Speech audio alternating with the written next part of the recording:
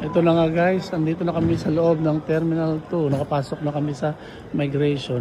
Ang ganda ng mga parachute na display niya sa ceiling. Yan.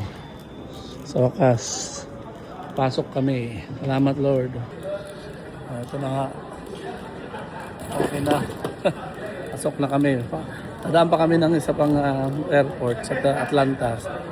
Atlanta then Orlando na. At ayun, that's the final destination.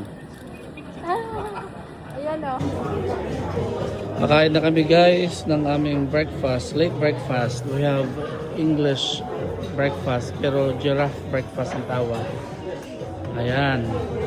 Habang ang view namin is sa labas. Ganda.